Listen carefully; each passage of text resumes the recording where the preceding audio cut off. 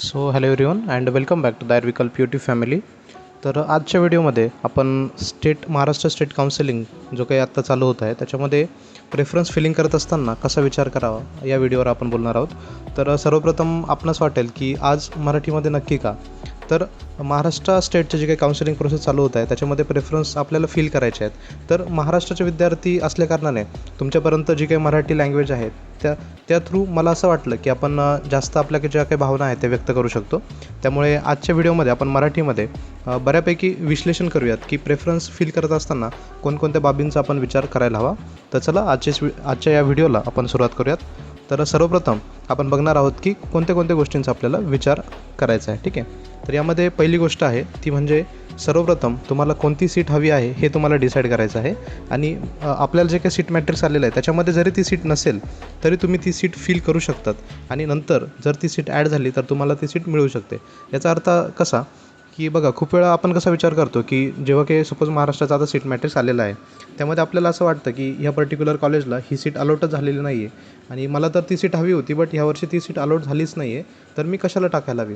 For example, खूप वेळा कसं होतं की उस्मानाबादला पेडियाट्रिकची सीट अगोदर होती आणि मागच्या एक दोन वर्षामध्ये ती सीट अवेलेबलच नव्हती. फॉर एक्झाम्पल, मागच्या वर्षी पण ती सीट अवेलेबल झालीच नाही. मीन्स त्यामध्ये नंबर ऑफ रिझन असू शकतात की तिथे गाईडची अवेलेबिलिटी नसेल किंवा दुसरे काही कारणं असतील. तर याचा अर्थ असा नाही की आपण ती सीट टाकायलाच नको, कारण कदाचित कसं होतं की आपण जेव्हा प्रेफरन्स फॉर्म भरतो त्यानंतर खूप सारे चेंजेस होतात. त्यानंतर कॉलेजेस खूप सारे रिक्वेस्ट वगैरे करते NCISM बोर्डकडे वगैरे, आणि त्याच्या थ्रू खूप साऱ्या सीट्स ज्या आहेत त्यानंतर ॲड ऑन होतात. तर जर त्या सीट नंतर ॲड झाल्या तर नक्कीच ज्यांनी ती सीट टाकलेली नाही त्यांना पण एडिट करायला ऑप्शन मिळतोच, बट ऑलरेडी जर तुम्ही त्या प्रेफरन्समध्ये ऑलरेडीच टाकून ठेवलेली असेल तर नंतरचाही त्रास तुमचा वाचला जातो. ठीक आहे, तर अशा प्रकारे तुम्हाला काय करायचं आहे की तुम्हाला कोणती सीट हवी आहे हे एकदा मनामध्ये ठरवा. त्यानंतर प्रेफरन्समध्ये आपण कसं करत असतो की स्टार्टिंगला आपला कॉलेजचा कोड असतो, त्यानंतर सब्जेक्टचा कोड असतो, राईट. तर मी नेहमीच तुम्हाला सांगत असतो की ऑन पेपर तो जो तुमचा काही प्रेफरन्स आहे तो व्यवस्थित बनवा. ऑन पेपर तुम्हाला बनवायचा आहे जो काही प्रेफरन्स असणार आहे तो. ठीक आहे, म्हणजे फॉर एक्झाम्पल सपोज तुम्हाला आता इमॅजिन करा की पोद्दारची गायनेक सीट हवी, तर पोद्दारचा कोड, गायनेक सब्जेक्टचा कोड हा फर्स्ट थिंग झाला. त्यानंतर जर तुम्हाला नांदेडची गायनेक सीट हवी असेल तर नांदेड कॉलेजचा कोड आणि त्याच्याच पुढे 02, 03 असा जो काही सब्जेक्ट कोड असेल तो पण टाकायचा. तर अशा प्रकारे जसा तुमचा सिक्वेन्स असेल तो एकदा ऑन पेपर लिहून काढा आणि त्यानंतर जेव्हा तुम्ही कम्प्युटरच्या स्क्रीनवर तो भराल तेव्हा तुम्हाला ते इझी जाईल. तर या ठिकाणी फक्त कसं करायचं, फॉर एक्झाम्पल आता तुम्ही पेडियाट्रिक सीटमध्ये इंटरेस्टेड आहात तर तुम्हाला काय करायचं आहे की फॉर एक्झाम्पल तुम्ही नांदेड पेडियाट्रिकची सीट टाकली, त्यानंतर उस्मानाबाद पेडियाट्रिकचा कोड नंबर तो टाकून द्या. जरी ती सीट नसेल तरी तुम्हाला ऑप्शन असतो टाकण्यासाठी, आणि जर तो ह्यावर्षी ऑप्शन त्याने दिला नसेल तर गोष्ट वेगळी आहे, बट मागच्या वर्षीसुद्धा तो ऑप्शन अवेलेबल होता की जी सीट अवेलेबल नाही आहे त्याचा जरी आपण कोड टाकला तरी त्या कोडसमोर ते कॉलेजचं नाव आणि त्या सब्जेक्टचं नाव येत होतं. तर यावर्षी जर तुम्हाला तसा ऑप्शन अवेलेबल आला तर तुम्ही ते टाकून द्या, जेणेकरून जरी भविष्यात ती सीट ॲड ऑन झाली तरी तुमचा फायदाच होणार आहे. ठीक आहे, तर हा झाला पहिला पॉईंट. त्यानंतरचा आपण पॉईंट बघूयात. या पुढचा पॉईंट आहे की कट टू कट कॅल्क्युलेशन्सवर डिपेंड राहू नका. खूप वेळा चेंजेस होतात आणि नुकसान होऊ शकतं. म्हणजे खूप वेळा लोक कसं विचार करतात की हां सर, फॉर एक्झाम्पल लोक म्हणतात की सर सपोज NT कास्ट आपण इमॅजिन करू, NT 1, 2, 3 असं जे काही असेल. फॉर एक्झाम्पल एखादी तुमची पर्टिक्युलर कास्ट असेल आणि त्या कास्टमध्ये तुम्हाला सीट अलॉटेड, फॉर एक्झाम्पल तुमचा NTमध्ये कॅटेगरी रँक आहे सपोज 3 तुमचा रँक आहे आणि त्या सीट टोटल 3 सीट अलॉट झाल्यात स्टेटमध्ये.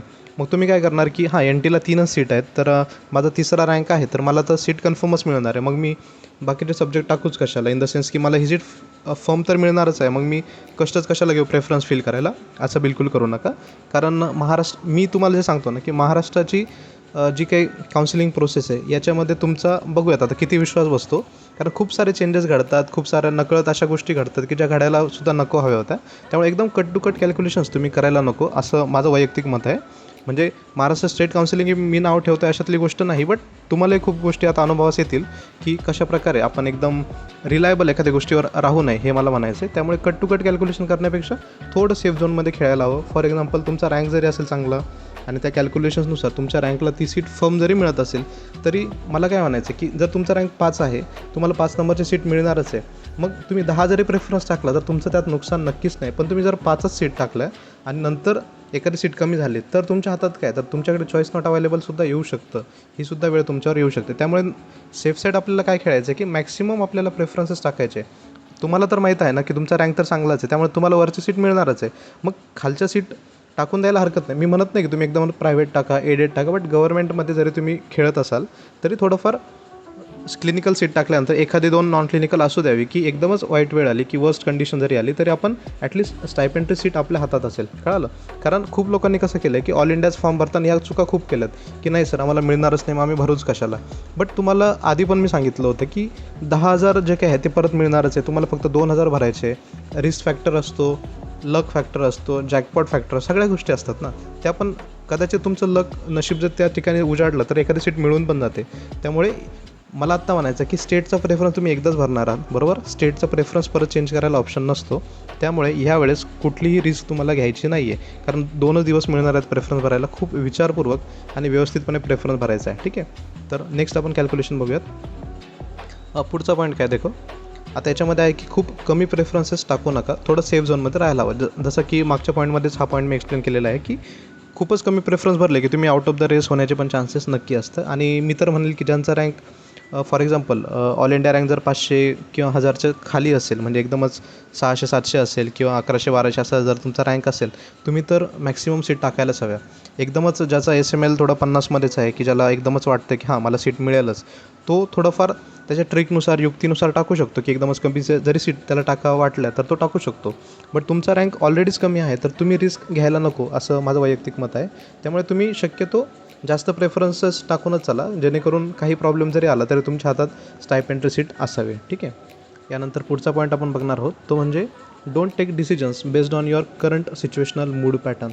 हा खूप इम्पॉर्टंट पॉईंट आहे, कारण आजच्या काळामध्ये मी जे काही बघतो तर बेसिकली या ठिकाणी भेदभाव करत नाही आहे, बट मुलींच्या केसमध्ये हा पॉईंट आपल्याला जास्त प्रकर्षाने बघायला मिळतो, की जे काही सिच्युएशनल मूड पॅटर्न असतात त्याच्यानुसार तुम्ही एखाद्या फायनल कन्क्लुजनवर येतात, आणि जो की तेवढा गरजेचा नसतो आपल्या ह्या ॲडमिशन फेजमध्ये.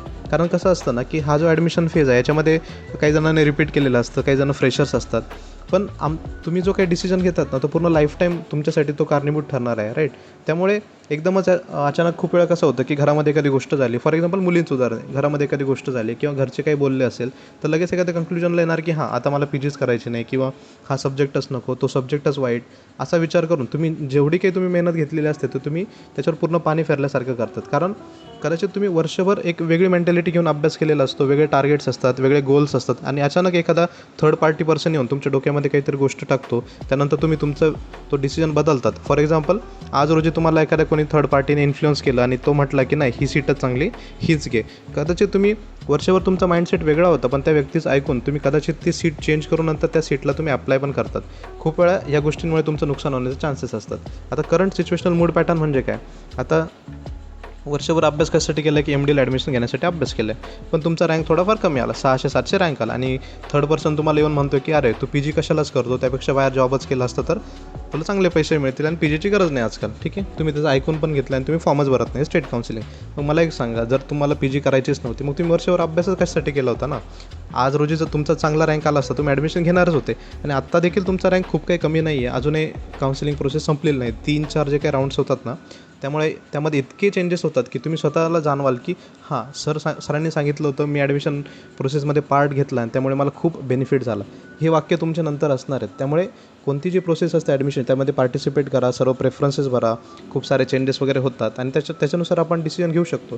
त्यामुळे एकदम भावनिक विचार करू नका की आज रोजी तुम्हाला वाटत असेल की नको मला आता ॲडमिशन घ्यायलाच नको, कमीच रँक आलेला आहे, मी फॉर्मच कशाला भरू, मी प्रेफरन्सेस जास्त कशाला भरू, याचा बिलकुल विचार करण्याची गरज नाही आहे. खूप वेळा लोक असा विचार करतात की नाही मला तर गव्हर्नमेंटची क्लिनिकलच सीट हवी आहे, मग क्लिनिकल सीटच हवी तर मग मी प्रायव्हेटमध्ये पण घेऊ शकतो. ठीक आहे, तुमच्याकडे तुमची आर्थिक स्थिती असेल तर तुम्ही घेऊ पण शकता. खूप जणांची अशी कंडिशन आहे की घरामध्ये म्हणजे खाण्याचे त्यांचे काय म्हणतात ना की त्यांच्यासाठी खूप वाईट हालत आहेत की खायलासुद्धा पैसे नाही आहेत, बट मुलाला वाटतं की नाही मला क्लिनिकल सीटच घ्यायची आहे, मग आता घरच्यांवर कसा बर्डन टाक. अशा वेळेस तुम्ही विचार करताना जर तुम्हाला गव्हर्नमेंटमध्ये नॉन क्लिनिकल जरी मिळत असेल तरी नॉन क्लिनिकल घेऊन तुम्ही बाहेरही शिकू शकतात, कारण सगळ्या गोष्टींचा विचारही तुम्हाला करावा लागतो. फक्त एखादा थर्ड पार्टी पर्सन येऊन तुम्हाला सांगतो की ही सीट चांगली मग हीच घे, त्याच्यासाठी तुमच्या ज्या काही कम्फर्टच्या गोष्टी आहेत म्हणजे घरातली असेल, तुमची वैयक्तिक गोष्टी असेल किंवा कौटुंबिक गोष्टी असेल, त्याला तुम्ही नकारू शकत नाही, राईट. तर हा पण तुम्हाला विचार करावा लागतो. आणि एखादी गोष्ट अचानक तुमचा मूड बिघडला म्हणून एखादं लगेच सीट टाकणे किंवा सीट कॅन्सल करणे ह्या गोष्टी करू नये. एकदम भावनिक विचार करू नका, प्रॅक्टिकल विचार करावा असं माझं तरी मत आहे. त्यामुळे हा पॉईंट या ठिकाणी आपण बघितला आहे की don't take decision based on your current situational mood pattern. कोणताही जो मनामध्ये आपल्या जे काही भावना असतात त्याला थोडं कंट्रोल करा, थोडं शांत चित्ताने बसा आणि थोडा विचार करा. त्यानंतर तुमचे जे काही सिनियर्स असतील, त्यानंतर तुमचे घरातले पॅरेंट्स वगैरे असतील त्यांच्याशी एकदा कन्सल्ट करा. घरातील मोठे माणूस असतील, तुमचे जे काही टीचर्स असतील, तुमच्या क्लासेसचे टीचर्स, त्यांच्याशी एकदा कन्सल्ट करा. प्रत्येकाचं ओपिनियन घ्या आणि तुमच्या फ्युचरसाठी जे काही चांगलं असेल तोच निर्णय घ्या. कदाचित एखाद्याच्या इन्फ्लुअन्समध्ये येऊन एखादी गोष्ट करू नये हे मला तरी नक्की वाटतं. ठीक आहे, पुढचा पॉईंट आपण बघूयात, तो म्हणजे no any subject is superior or inferior. ही गोष्ट आजच्या काळामध्ये खूप इम्पॉर्टंट आहे, कारण एक हाईप आपल्या समाजात झालेली आहे. फॉर एक्झाम्पल एखादी सीट जी असते ना त्याला खूपच महत्त्व दिलं जातं, म्हणजे विनासायास त्याला एकदम महत्त्व दिलं जातं. फॉर एक्झाम्पल म्हणजे कोणत्याही सीटला आपण विरोध नाही करते, बट एक्झाम्पल घेऊयात की फॉर एक्झाम्पल गायनॅकची सीट असेल किंवा सर्जरी सीट असेल, तर गायनॅक किंवा सर्जरी सीटला एवढं महत्त्व दिलं जातं की मग त्या व्यक्तीला असं वाटतं की नाही माझ्यासाठी ही सीट बनलेली आहे, इरिस्पेक्टिव्ह ऑफ की तो स्वतःला विचारतच नाही की मी त्या सीट घेऊन पुढे काही करू शकेल की नाही. फॉर एक्झाम्पल एखादा मुलगा आहे की ज्याला सहन नाही होत की तो सगळ्या गोष्टी त्या ॲक्टिव्हपणाने करू शकत नाही किंवा वर्कलोड घेऊ शकत नाही, तेवढं हेक्टिक शेड्यूल घेऊ शकत नाही, या सगळ्या गोष्टी. त्याचा स्वतःचा इंटरेस्ट असतो वेगळ्याच गोष्टीमध्ये, पण त्याचा रँक चांगला आला आहे आणि लोकांचं बर्डन असतं, समाजाचं बर्डन असतं की हां तुझा XYZ रँक आलेला आहे आणि तुला ती सीट घ्यावीच लागेल, कारण तुझ्यासारख्या ज्या रँक आहेत ते लोक ती चांगली सीट घेतात आणि you are bound to take that seat. असा निर्णय कधीही घेऊ नका, कारण हा निर्णय तुम्ही लोकांच्या इन्फ्लुअन्समध्ये घेतलेला असतो रादर दॅन तुम्हाला काय वाटत असतं. त्यामुळे मी नेहमी सांगतो कोणताही सब्जेक्ट हा सुपिरियर इन्फिरियर नाही आहे. फॉर एक्झाम्पल तुम्हाला एखादं नॉन क्लिनिकलचं संहिता सीट आवडतं, फॉर एक्झाम्पल तुम्हाला आयुर्वेदिक प्रॅक्टिस करायची आहे आणि तुम्हाला संहितासारखा सब्जेक्ट आवडतो, मग लोकांना तो सब्जेक्ट आवडत नसेल तर याच्यामध्ये बिलकुल काही घाबरण्याचं कारण नाही. तुम्हाला वाटतं की तुम्ही संहिता घेऊन आयुर्वेदामध्ये काहीतरी करू शकता, नक्की दॅट्स युअर डिसिजन, राईट. त्यामुळे मला काय म्हणायचं आहे की कोणताही सब्जेक्ट तुमचा सुपिरियर किंवा इन्फिरियर नाही आहे, तुमची आवड इम्पॉर्टंट आहे. ते 3 वर्ष तुम्हाला घालवायचे आहेत, त्यानंतर आयुष्यभर तो सब्जेक्ट देखील तुमच्यासोबत राहणार आहे. त्यामुळे कोणत्याही विषयाची निवड करत असताना तुमचे क्वालिटीज ओळखा, तुम्ही कशामध्ये वर्क करू शकता ते ओळखा, समाजाला काय आवडेल त्यापेक्षा तुम्हाला स्वतःला काय आवडेल हे इम्पॉर्टंट असतं. जसं की मी तुम्हाला सांगितलं कोणताही सब्जेक्ट सुपिरियर इन्फिरियर नाही, म्हणजे कशा प्रकारे फॉर एक्झाम्पल तुम्ही सर्जरी सीट घेऊन चांगल्या प्रकारे शिकलात, बाहेर क्लिनिक टाकलं, बाहेर सर्जरीज केल्यात, मान्य आहे, तुम्ही त्यातून जो काही पैसा कमवाल सेम अमाऊंट ऑफ पैसा एखादा नॉन क्लिनिकलवालासुद्धा कमवू शकतो जर त्याने त्याच्या इंटरेस्टमधलं काम त्या सब्जेक्टमध्ये केलं. फॉर एक्झाम्पल तुम्ही संहिता विषय घेतला, म्हणजे सगळे नॉन क्लिनिकल म्हणतो मी, उदाहरणार्थ फक्त संहिता सांगितलं, तुम्ही संहिता घेतलं, तुम्ही बाहेर जाऊन आयुर्वेदिक क्लिनिक्स केले, चांगल्या प्रकारे संहितांचं वाचन केलं, संहितामधले जे काही पॉईंट्स आहेत ते समजून घेतले, आयुर्वेदिक प्रॅक्टिसला खूप ग्रो केलं, कदाचित ते सर्जरीवाल्यापेक्षा देखील तुम्ही जास्त प्रॅक्टिस करू शकता. सो यामध्ये आयुर्वेदामध्ये तर बेसिकली कोणताही सब्जेक्ट सुपिरियर इन्फिरियर नाही आहे, सगळ्यांमध्ये प्रत्येकाचे एक वेगवेगळे क्वालिटीज आहेत, त्या तुम्ही ओळखायला शिकलं पाहिजे. हा माझा पर्सनल ओपिनियन आहे, तुमचं याच्यामध्ये वेगळं वैयक्तिक मत नक्कीच असू शकतं. ठीक आहे, तर चला नेक्स्ट पॉईंट आपण बघूयात.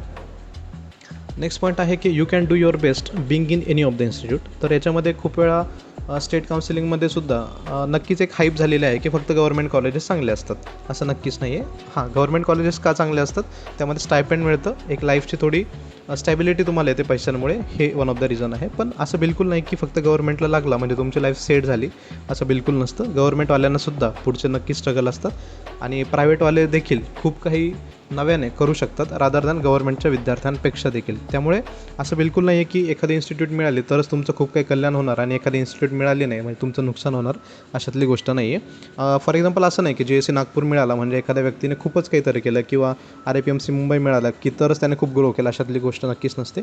कोणत्या इन्स्टिट्यूटला जरी गेला तरी तुमचे एफर्ट्स त्या ठिकाणी कसे असतात त्यानुसार तुमचं फ्युचर डिटरमाइन होत असतं.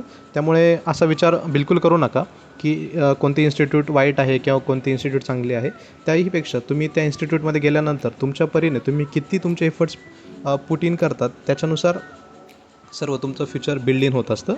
त्यामुळे असा विचार बिलकुलच करायचा नाही आहे आणि तुमच्या सब्जेक्टला प्रायोरिटी नक्कीच असावी. त्यानंतर इन्स्टिट्यूट तुमची एखादी जर ड्रीम इन्स्टिट्यूट असेल ती मिळत असेल तर नक्कीच तुम्ही त्याला प्रेफर करायला हवं. आणि खूप साऱ्या विद्यार्थ्यांचं म्हणजे सगळ्यांनाच आपल्या मनासारखी सीट मिळेल असं नक्कीच नसतं. त्यामुळे जरी मनासारखी सीट नाही मिळाली तरी जी आपल्याला सीट मिळेल त्याच्यामध्ये आपण किती प्रकारे चांगल्या प्रकारे आपण ग्रो करू शकतो यावर आपलं फ्युचर डिपेंड करतं. त्यामुळे जरी आपली मनासारखी सीट आपल्याला मिळाली नाही तरी बिलकुल आपण दुःखी होण्याचं कारण नाही आहे. पण त्याहीपेक्षा जी काही सीट आपल्याला मिळेल त्याच्यामध्ये नक्की आपण कशाप्रकारे चांगलं करू शकतो असा विचार नक्कीच आपल्याला करायला हवा. ठीक आहे, आता खूप वेळा कसं होतं की एखाद्या इन्स्टिट्यूटचं खूपच हाईप केल्या जाते की फॉर एक्झाम्पल आता हडपसरचं गायनॅकची सीट असेल, मग सगळ्यांनी एक हाईप केलेलं असतं की हां हडपसरची गायनॅकची सीट बेस्ट आहे किंवा ASS कॉलेजची खूपच छान आहे किंवा सप्तशृंगी कॉलेजची पेडियाट्रिक खूपच छान आहे किंवा XYZ म्हणजे त्या कॉलेजला मी नाव नाही ठेवत आहे, नक्कीच त्या सीट चांगल्या आहेत, बट तुमच्यासाठी ती सीट आहे का याचा पण विचार करा. लोक सांगतात हडपसरची सीट छान आहे, मग फॉर एक्झाम्पल एखाद्या मुलीने ती सीट घेतली आणि त्या मुलीला कळालं की नाही माझ्याकडून ते होतच नाही, ते वर्कलोडच मला सहन होत नाही मग त्या सीटचं करायचं काय. हां, समाजामध्ये तुमचं नाव झालं, 2-3 दिवस स्टेटस ठेवले लोकांनी की हां हडपसरला सीट लागली, गुड, सगळ्यांनी कॉंग्रॅच्युलेशन वगैरे केलं, बट व्हॉट नेक्स्ट. कारण ती सिच्युएशन त्या पुढे तुम्हाला हँडल करायची, लाईफ टाईम तो सब्जेक्ट तुमच्यासोबत राहणार आहे.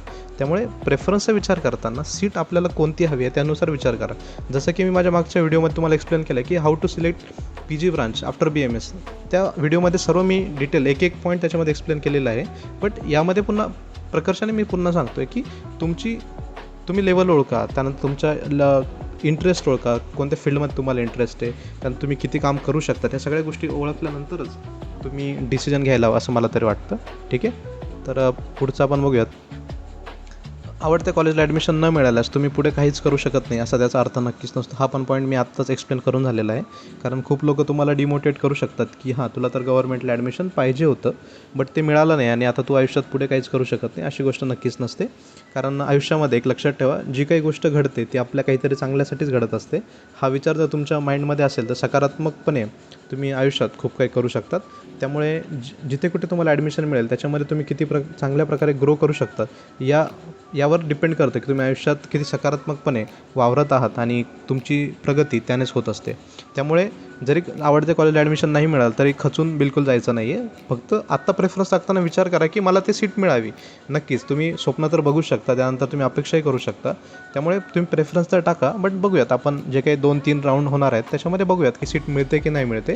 आणि जरी मिळाली नाही तरी त्यामध्ये बिलकुल काही खचून जाण्याची कारण नाही. ठीक आहे, तर नेक्स्ट याच्यानंतर पुढचा प्रश्न आहे की प्रायव्हेट कॉलेजचे प्लस पॉईंट काय आहेत. आता खूप लोकांना वाटतं की गव्हर्नमेंटला लागलं म्हणजे लाईफ सेट असते, असं बिलकुल नाही. प्रायव्हेट कॉलेजचे देखील खूप काही प्लस पॉईंट्स आहेत, मी याच्यामध्ये तुम्हाला एक्सप्लेन करेल.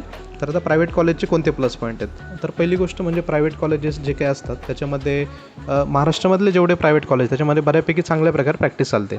आता काही कॉलेजेसमध्ये नसेल तो अपवाद तुम्ही मानू शकता, बट काही कॉलेजेसमध्ये नक्कीच चांगल्या प्रकारे प्रॅक्टिस चालते.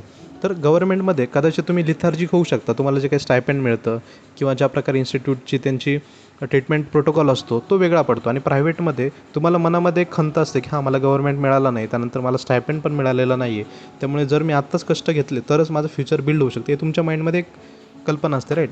ही जेव्हा थिंकिंग तुमच्या मनामध्ये असते ना तेव्हा तुम्ही जास्त एफर्ट्स पुट इन करतात रादर दॅन गव्हर्नमेंटच्या विद्यार्थ्यांपेक्षा. कारण गव्हर्नमेंटच्या विद्यार्थ्यांना स्टायपेंड येत असतो, थोडे ते लिथार्जिक होत असतात. याच्याच कम्पेअर जेव्हा प्रायव्हेटचे विद्यार्थी असतात तेव्हा त्यांच्या मनामध्ये एक खंत असते, गिल्ट असते की मला गव्हर्नमेंट सीट मिळाली नाही, मला स्टायपेंड मिळत नाही आहे, त्यामुळे मला आता खूप सारे कष्ट घ्यावे लागतील. या विचाराने मुलं जास्त एफर्ट करतात, प्रॅक्टिसमध्ये जास्त ते इन्व्हॉल्व होत असतात. त्यानंतर कॉलेज टाईमच्या व्यतिरिक्त देखील ते बाहेर हॉस्पिटल जॉईन करतात, क्लिनिक जॉईन करतात, अर्निंगचं सोर्सेस ते सापडत असतात, जेणेकरून काय होतं तुमची प्रगतीच होत असते. तुम्ही जेवढं स्वतःला एक्सप्लोअर कराल तेवढी तुमची प्रगती होते. त्यामुळे प्रायव्हेट कॉलेजचा हा प्लस पॉईंट आहे की विद्यार्थी जास्तीत जास्त स्वतःला एंगेजिंग ठेवतात, बाहेर क्लिनिक्स करणं, हॉस्पिटल करणं, RMOशिप करणं, CMOशिप करणं, या सगळ्या गोष्टी. आणि त्यांच्या मनामध्ये ती जी काही गिल्ट असते ना की गव्हर्नमेंट मिळाला नाही, ती जी आपण म्हणतो ना की एक ज्वलंत एक फ्लेम असते की ती त्यांना नेहमी असं पेटत ठेवत असते की हां त्यांच्यामध्ये तो एक मोटिवेशन असतो की हां मला गव्हर्नमेंट मिळालेलं नाही आहे, त्यामुळे आय हॅव टू डू दिस. ही जी त्यांच्यामध्ये भावना असते ना ती त्यांना खूप पुढे घेऊन जात असते आयुष्यामध्ये. त्यामुळे हा प्रायव्हेट कॉलेजचा नक्कीच प्लस पॉईंट आहे. आणि नक्कीच काही प्रायव्हेट कॉलेजची खासियत आहेत की त्यांच्या ज्या काही पर्टिक्युलर सीट्स आहेत त्या नक्कीच चांगल्या आहेत, त्याच्यामध्ये तुम्ही खूप स्वतःला ग्रो करू शकतात.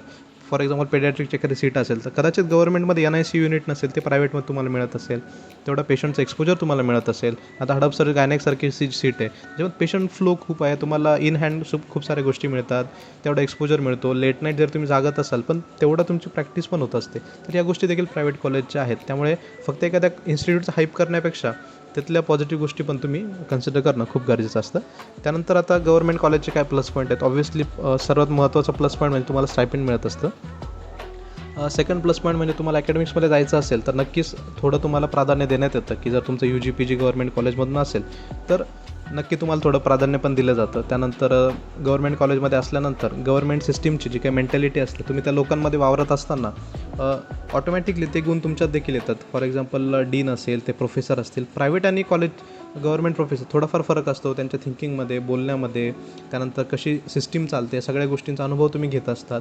जेणेकरून हाच फायदा तुम्हाला पुढे तुम्ही जेव्हा गव्हर्नमेंटमध्ये जातात, गव्हर्नमेंट सिस्टीममध्ये, तेव्हा हा फायदा कुठेतरी तुम्हाला होतो की तुम्ही जेव्हा UG PGला गव्हर्नमेंटमध्ये असतात त्याचं रिफ्लेक्शन तुमच्या गव्हर्मेंट सिस्टीममध्ये तुम्ही जेव्हा जॉबला जातात ते होतं. त्यानंतर गव्हर्मेंट कॉलेजमध्ये खूप साऱ्या ज्या काही स्कीम्स असतात त्या स्कीम्सच्या अंडर तुम्ही येत असतात. त्यानंतर तुम्ही ते एक्सप्लोअर करतात, खूप सारे प्रोग्राम्स तुम्ही एक्सप्लोअर करतात. गव्हर्मेंट कॉलेजेसमध्ये पेशंटचा फ्लो बऱ्यापैकी असतो. या सगळ्या गोष्टी असतात. त्यानंतर तुम्हाला तुमच्या नावासमोर त्या इन्स्टिट्यूशनचा टॅग लागणं ही देखील खूप मोठी गोष्ट असते. तर हे सगळे प्लस पॉईंट आहेत. जसं की आपण प्रायव्हेट बघितलं त्याचप्रकारे गव्हर्मेंटचे देखील आपण प्लस पॉईंट आता बघितलेले आहेत. त्यानंतर नेक्स्ट असेल की प्रॅक्टिस ओरिएंटेड तुम्ही जर विचार करत असाल तर कोणते प्रेफरन्स टाकावे. हा खूप इम्पॉर्टंट पॉईंट आहे की फॉर एक्झाम्पल एखादा चांगला रँक आहे आणि एखाद्या विद्यार्थ्याला वाटतं आहे की मला पेडियाट्रिकच सीट घ्यायची आहे किंवा पेडियाट्रिकच पुढे करायचं आहे, इरिस्पेक्टिव्ह ऑफ मला प्रायव्हेटही चालेल, मला गव्हर्मेंट चालेल, एडेड चालेल. जर तुमचा असा फिक्स असेल ना, you go for it. For example एखाद्याला पेडियाट्रिकची चांगली प्रॅक्टिस करायची आणि त्याला वाटतं की मला गव्हर्मेंटमध्ये तेवढा एक्सपोजर मिळत नाही आणि घरी पैशांचा देखील एवढा इश्यू नाही आहे आणि एखादी प्रायव्हेटची सीट असेल, गो फॉर इट. कारण तुम्ही जर तेवढे डिटरमाइंड असाल आणि तुमची इच्छा असेल, घरच्यांची तयारी असेल, गो फॉर दॅट सीट. ती सीट घ्या, त्याच्यामध्ये तुम्ही स्वतःला एक्सप्लोअर करू शकता. असं बिलकुल तुम्हाला कंपल्शन नाही आहे की फक्त स्टायपेंडसाठी मग नॉन क्लिनिकल सीट घ्यावी किंवा असं काय, असं बिलकुल पण नाही आहे.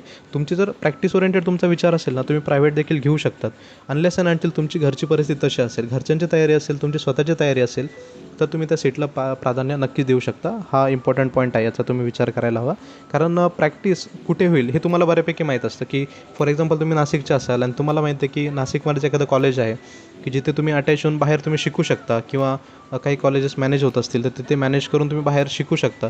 हे जर तुम्हाला गोष्टी माहीत असेल तर तुम्ही जास्त चांगल्या प्रकारे तिथे स्वतःला ग्रो करू शकता. त्यामुळे हा सर्वस्वी तुमचा डिसिजन असेल की प्रॅक्टिस ओरिएंटेड विचार करत असताना कोणतं कॉलेज चांगलं आहे, कोणतं घ्यावं, कोणत्या ठिकाणी तुम्ही स्वतःला डेव्हलप करू शकता, कुठे तुम्ही बाहेर जाऊन शिकू शकतात, कोणतं कॉलेज बाहेर तुम्हाला अलाउ करतं, सेकंड इयरला असेल किंवा फर्स्ट इयरपासून इव्हिनिंग टायमिंगला नाईट ड्युटीज तुम्ही बाहेर करू शकतात का, या सगळ्या गोष्टींचा विचार करा आणि त्यानुसार एखादी सीट घेऊ शकता. असं बिलकुल बर्डन नाही आहे की चांगला रँक आहे मग तुम्ही गव्हर्मेंटच घेतलं पाहिजे आणि गव्हर्मेंट सीटसाठी फक्त नॉन क्लिनिकल मिळत असेल तरी घ्यावा, असं बिलकुल तुम्हाला आग्रह कोणीही करत नाही आहे. बट हा डिसिजन तुमचा असतो. कारण खूप साऱ्या लोकांना इकॉनॉमिकली पण विचार करावा लागतो आणि तुमच्या केसमध्ये जर इकॉनॉमिकचा तसा विचार नसेल, पैशांचा विचार नसेल, घरचे तयार असेल, तुम्ही तयार असेल, गो फॉर दॅट सीट जी तुमची ड्रीम सीट आहे. फॉर एक्झाम्पल पेडियाट्रिक असेल, गायनेक असेल, तुम्हाला वाटतं की गायनेकमध्ये स्वतःला खूप काही ग्रो करायचं आहे आणि प्रायव्हेटमधून मी ते करू शकतो, गो फॉर इट. तुम्हाला कोणीही अडवत नाही आहे. फक्त प्रेफरन्स भरताना मग व्यवस्थित टाका.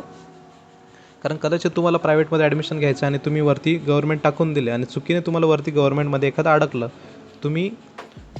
तुम्हाला इमॅजिन करा, मी तुम्हाला प्रोसेस सांगतो की फॉर एक्झाम्पल तुम्ही 10 कॉलेजेसची प्रेफरन्स टाकलेत, त्यामध्ये जर तुम्हाला 6 नंबरचा प्रेफरन्स अलॉट झाला, 6चे जे खालचे असतात म्हणजे 7, 8, 9, 10 हे तुमचे डिबार होऊन जातात. ते तुम्हाला नंतर भेटू शकत नाही. तुम्ही फक्त वर सरकू शकतात ऑटोमॅटिक, कळालं.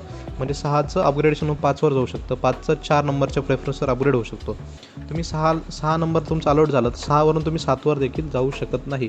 हा पॉईंट लक्षात ठेवायचा. त्यानुसारच तुम्ही प्रॉपर प्रेफरन्सेस टाका.